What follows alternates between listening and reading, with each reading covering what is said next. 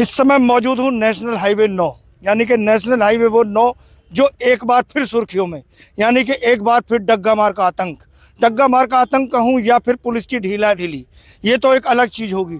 लेकिन अगर बात करूँ यहाँ पर एक्सीडेंटों की, तो ये एक्सीडेंट स्पॉट पहले से ही कहा जाता है। लेकिन बात इस बात की नहीं है कि डग्गा मार वाहन खुलेआम दौड़ रहे हैं, लेकिन यहाँ की यातायात पुलिस या परिवहन विभाग को इससे कोई लेना देना नहीं है। अगर बात करते हैं यहाँ पर डग्गा मार रोकने की या समाचार चलाने की, तो डग्गा मार के लिए सबसे पहले प्रशासनिक अधिकारी मौके पर पहुंच जाते हैं, यानी कि इनको संरक्षण देने का पूरा काम लेते हैं। आज सुबह जो एक एक्सीडेंट हुआ है जिसमें 12 से 14 लोग घायल हो गए हैं, मेरे ठीक पीछे आप देख सकते हैं, ये डग्गा मार वाहन है जिसके कारण 2 टेम्पू भी क्षतिग्रस्त हो गए हैं। और यही नहीं, जो वहाँ के प्रत्यक्षदर्शी थे, जो उस वाहन के पीछे आ रहे थे, वो भी मेरे साथ मौजूद हैं, वो भी बताएंगे कि आखिर डग्गा मार किस आतंक से चल रहा था। 12 लोगों का घायल हो जाना और जिले के डीएम कप्तान का मौके पर आना, ये भी एक बहुत बड़ी बात है। उसी बात को लेकर मेरे साथ जो प्रत्यक्षदर्शी हैं, जो हम यहीं सिंभावली थाना क्षेत्र के रहने वाले हैं, सिकेड़ा के,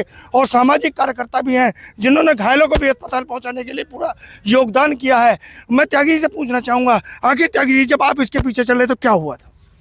जब हम यहाँ चल रहे थे तो पुल के परे से ही ये करीब 70 की करीब स्पीड पर गाड़ी हमारी रही होगी, 65-70, तो ये करीब 90 पर गाड़ी है, 90 की स्पीड पर ये गाड़ी को, ये बस 90 की स्पीड पर होगी, अनुमानित बता रहा हूँ, उससे कम नहीं थी।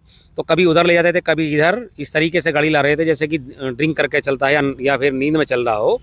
तो उधर की तरफ, डिवाइडर की तरफ जब गई है गाड़ी है, तो उसके बाद में इन्होंने डिवाइडर पर चढ़ना जाए, ये डिसबैलेंस होगी गाड़ी, फिर इधर लाए, इधर इन्होंने एक पलटा किया, तो इससे फिर टकराया ये 3 व्हीलर वालों की टक्कर लगी मोटर बाइक में, और एक आगे फॉर्च्यूनर गाड़ी थी, वो तो बची की, अगर वो साइड से निकल रहे थे, वरना ये गाड़ी उसी के ऊपर पलटती।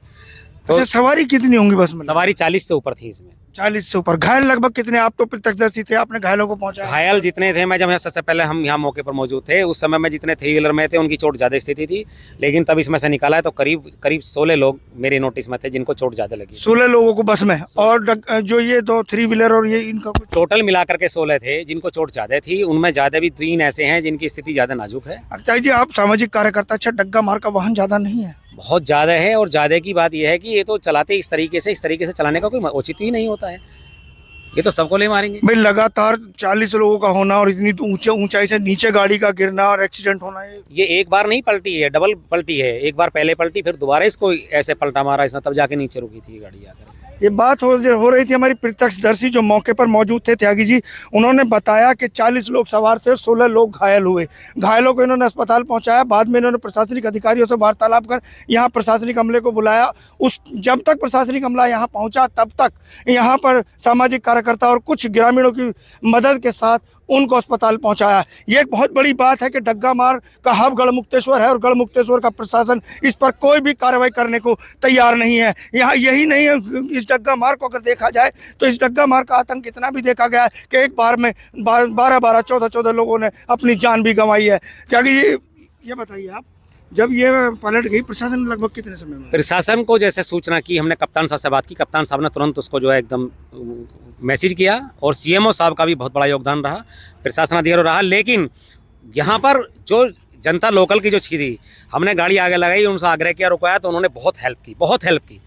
सबसे पहले जनता ही लगी। नहीं त्यागी, इसमें आपका बहुत बड़ा योगदान है कि इस समय, ऐसे समय पे एक सामाजिक कार्यकर्ता का खड़ा नहीं, ये सबको करना चाहिए, नैतिकता है, ये तो सभी के लिए बनता है, इससे कोई मतलब नहीं है। तो जहाँ तक अगर सामाजिकता की बात आए, तो जो एक सामाजिक कार्यकर्ता जो सिकेड़ा के कोई मूल निवासी हैं, लेकिन अपनी पहचान के मोहताज नहीं, वो यहाँ रुक करके सामाजिक लोगों से और ग्रामीणों को इकट्ठा करके पूरी सहायता पहुँचाई। प्रशासन लगभग 15 से 20 मिनट तक यहाँ नहीं पहुँचा था। अजय चौधरी, हापुड़।